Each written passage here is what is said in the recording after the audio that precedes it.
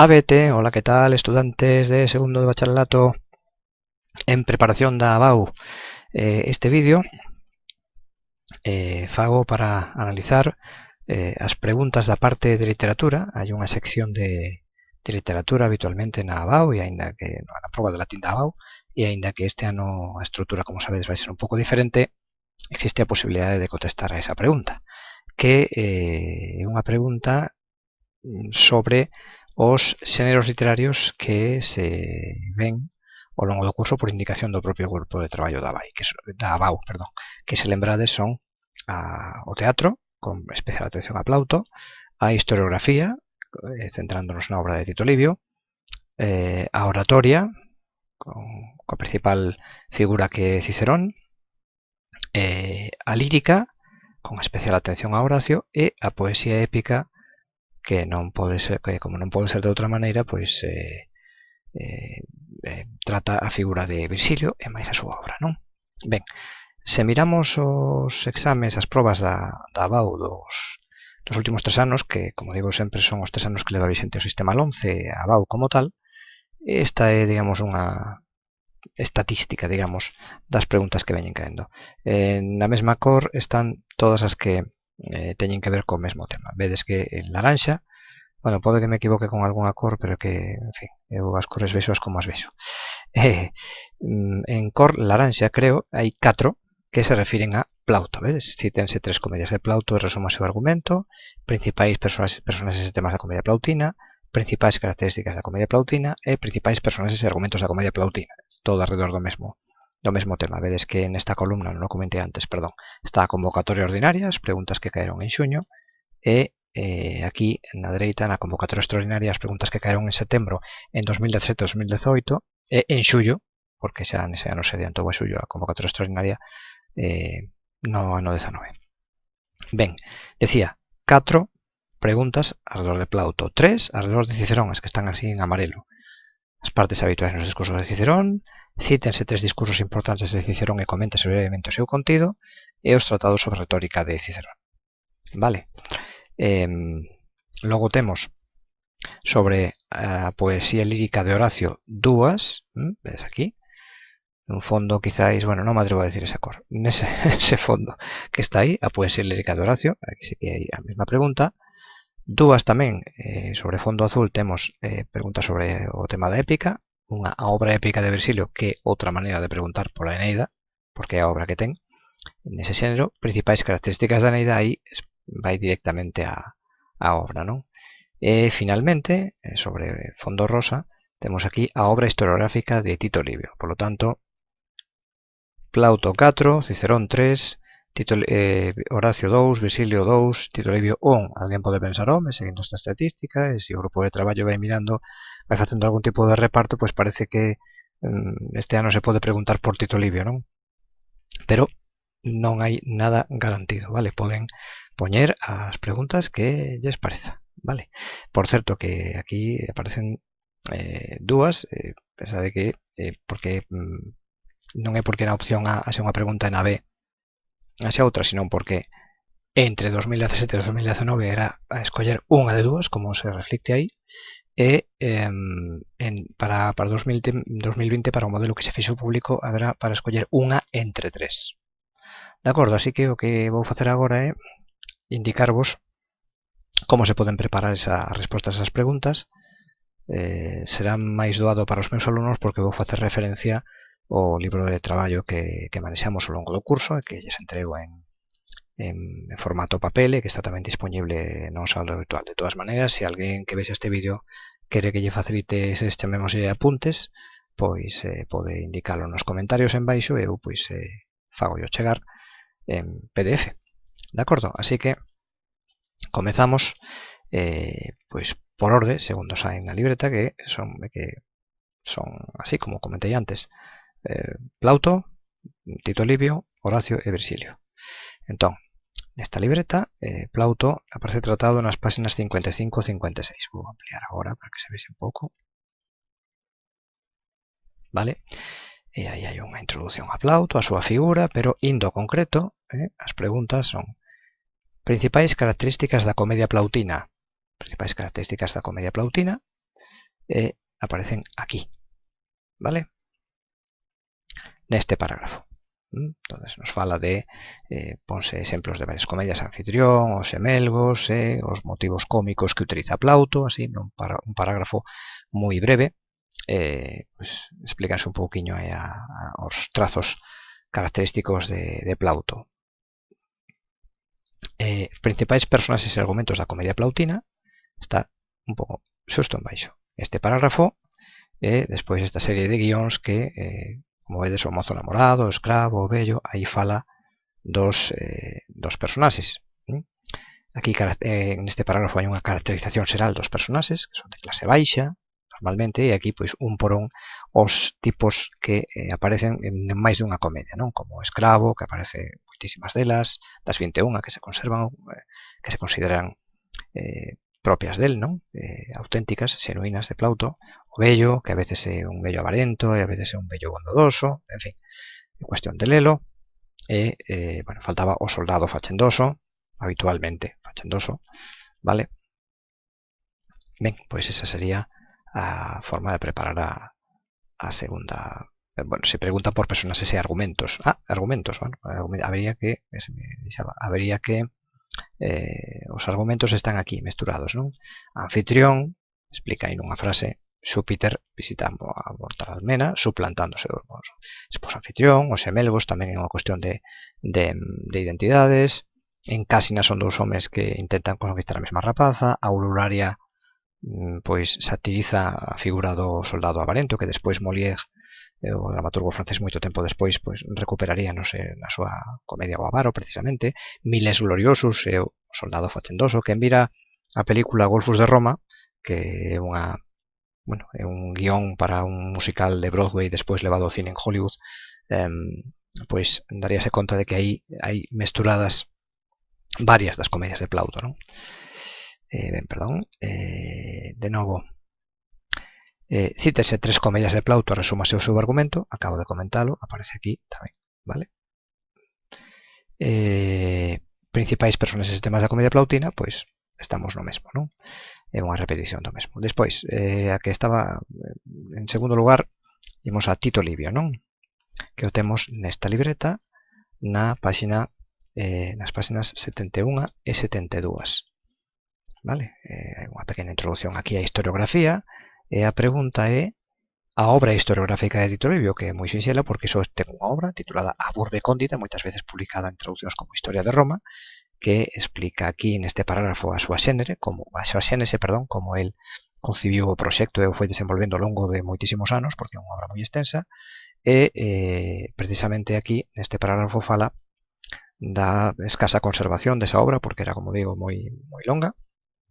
Bueno, cuestión de ler eso, facerse cada un os seus apuntiños, os seus apuntamentos para levar os conceptos máis ou menos claros e podelos explicar ou poñer por escrito no día do exame, así que preguntan por el. Listo, vale? Nesa página, a página 71. Pois 71 a 72, pero realmente é a página 71. Ben, en terceiro lugar, podemos ir agora tocaría a Cicerón, que, como vedes, comentamos antes, preguntaron 3 veces por él, non? Entón, Cicerón, temos unha figura moi importante na literatura latina, na literatura universal, moi importante para a historia cultural de Europa, na página 83, se o teño ben, aí está, fala da oratoria, ao final da página 83, e sobre Cicerón, que preguntaba? Que preguntas había aquí na ABAU? Pois temos as partes habituais nos discursos de Cicerón. En xeral, pois estableceu un sistema de organización dos discursos que tiña 5 partes, non? E aquí, vale? Podemos contestar a pregunta falando, para empezar, dos tipos de discurso que había, que aquí lo que explica este guión, e aquí a técnica, as partes dos discursos, realmente, digamos que a pregunta propiamente contéstase con este guión de aquí, vale? Logo temos, cítense 3 discursos importantes de Cicerón e coméntese brevemente o seu contido. Pois os 3 discursos máis importantes de Cicerón, tres dos máis importantes son as berrinas, nas que se fala aquí ao final da página 84. Foron os primeiros discursos que Cicerón pronunciou e que lle deron os primeiros importantes, os que lle deron fama, non? Contra Verres, un gobernador corrupto da illa de Sicilia. O título en latín é in verrem, contra verrem. Os títulos nos discursos, cando son contra alguén, levan a preposición in máis acusativo, in verrem, contra, cara a, pero no sentido agresivo, non? Contra Verres, pero tradicionalmente se nos referimos a eles en forma traducida como berrinas, as berrinas, os discursos contra Verres, as diatribas contra Verres, as diatribas berrinas. Vale?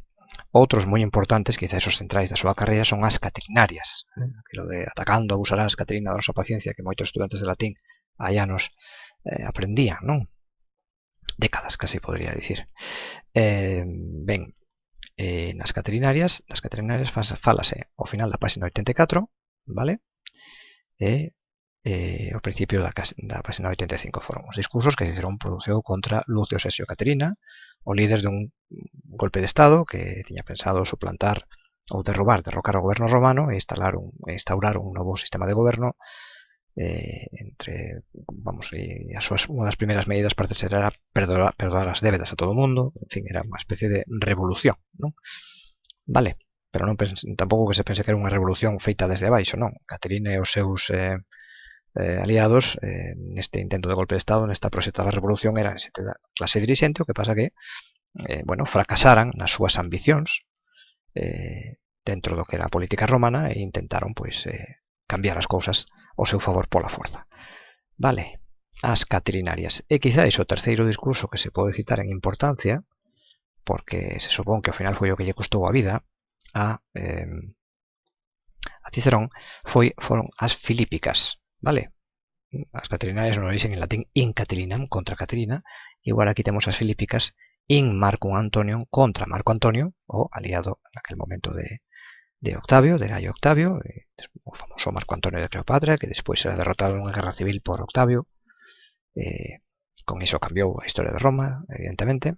Vale, pois as filípicas, chamadas así, porque, aínda que eran contra Marco Antonio, Cicerón construíunas como unha homenaxe a os discursos que o seu modelo grego, que era Demóstenes, que era 3 séculos antes que a él, o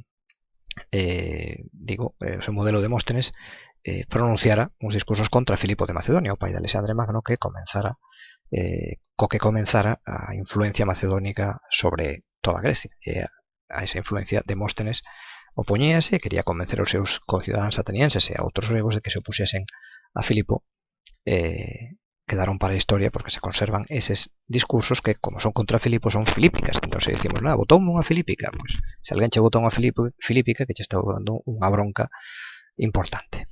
Vale, pois eses 3 discursos, mencionalos polo título e falar un poquinho do contexto neses parágrafos que vos indiquei. Ben, os tratados sobre retórica de Cicerón. Esta é outra pregunta. Vale, Cicerón non solamente foi un orador, senón que foi un teórico da oratoria. E aquí, neste parágrafo, final da página 85, fálase escribiu varias obras. Aí cito 3, que son o de Oratore, que era un manual sobre no que se dan preceptos, non? Se expoñen preceptos sobre como debe formarse, como debe educarse un aspirante orador e que técnica debe desenvolver. E tamén máis adiante escribiu o Brutus e máis o Orator. Os dous son dedicados a Marco Xonio Bruto, un dos conspiradores, ou o principal conspirador, o que a historia nos indicou como principal conspirador contra César. En segunda tradición, o que pegou a derradeira puñalada final. Vale, pois era moi amigo de Cicerón. Os dous profesábanse admiración mutua polo que se ve. Entón, o Brutus, dedicado a Bruto como primeiro, os dous, estaban dedicados a Bruto. O primeiro, o Brutus, é unha historia da oratoria romana, dos oradores anteriores á época de Cicerón que o seu xuicio destacaron e levaron a oratoria romana a arte de pronunciar discursos en Roma a un nivel alto. E o Orator, que dedicado no que se describe o perfil ideal do orador. Así que 3 obras de Oratore, Brutus e Orator. En ese parágrafo veñen explicadas. Ben, deixamos a Cicerón E, claro, a sensación de que nin Virgilio nin Tito Livio non se preguntou nunca por eles na convocatoria ordinaria. Cada un, bueno, aí eso abre a posibilidade de sacar conclusións 50-50, non? Poden decidir seguir e deixar Virgilio Tito Livio para setembro este ano ou cambiar e poñer o xoño. Decidirán eles. Vale, decía que íbamos ahora a Horacio, a poesía lírica de Horacio. Nesta libreta está nas páxinas 99 e 100 e de Horacio falase bastante. Bueno, hai aquí na páxina 98 hai unha pequena introducción ao xénero da lírica, que quizáis se preguntan en xeral pola lírica de Horacio, pois igual é conveniente facer unha pequena introducción ao xénero, que dice que foi un xénero como tantos outros que os romanos tomaron de Grecia e, bueno, desenvolveron como les tiveron a ben. E de Horacio comeza a falarse aquí na segunda metade da páxina 99, pero hai que ter cuidado con Horacio, iso se ven aquí na páxina 100 ao final, neste cadro, que hai ao final de cada exposición dos xéneros literarios na libreta, que non toda obra de Horacio se enmarca na poesía lírica.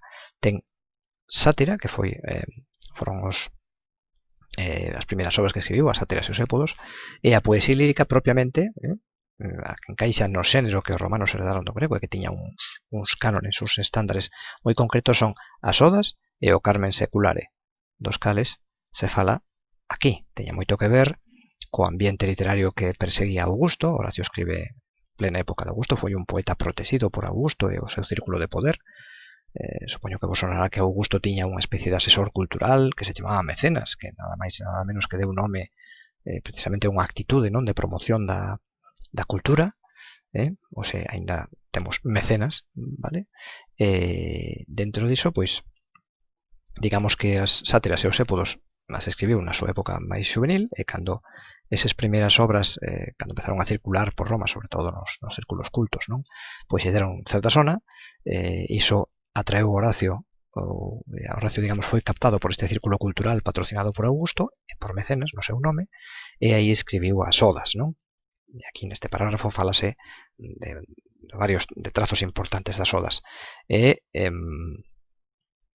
Vale? E aquí hai unha outra etapa de Horacio na que se aparta da poesía lírica, escribe outro tipo de obras, particularmente as epístolas, que non son poesía lírica, vale? Ao falar da poesía lírica de Horacio, pódese dicir que iso, que tivo un primeiro, despois de tratar por primeira vez o xénero da lírica, se aparta, pero vai fracasar ou non lle vai convencer os resultados, sobre todo en tema de resposta do público lector, e volve a lírica co Carmen Seculare, que foi unha obra moi importante, encargada por Augusto para un acto solemne de celebración do Estado romano, e que foi escrito para ser declamado e cantado, porque a poesía antiga na maior parte das ocasións o seu recitado iba acompañado da música,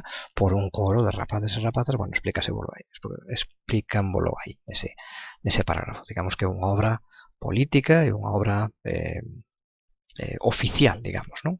Un encargo oficial a Horacio. E esas, como digo, son as dúas obras propias da lírica. E finalmente, da lírica horaciana, quero decir.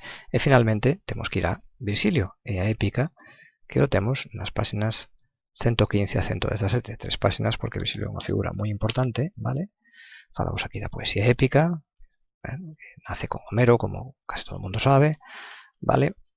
E aquí hai un primeiro, cando se empeza a falar de Virgilio, os primeiros parágrafos falan das súas obras de xuventude, nas que non cultivou a épica, e que se poden mencionar, son moi coñecidas na literatura occidental, as bucólicas e as xeórsicas, vale? Todas moi vencelladas ao mundo da natureza e da agricultura, vale? E a partir de aquí, deste parágrafo, comeza a falar da Eneida, a xénese da obra, que foi tamén un encargo de Augusto, ou quizáis algo a medias entre un proxecto de Virgilio e un encargo de Augusto, aí tamén se fala do tema, vale?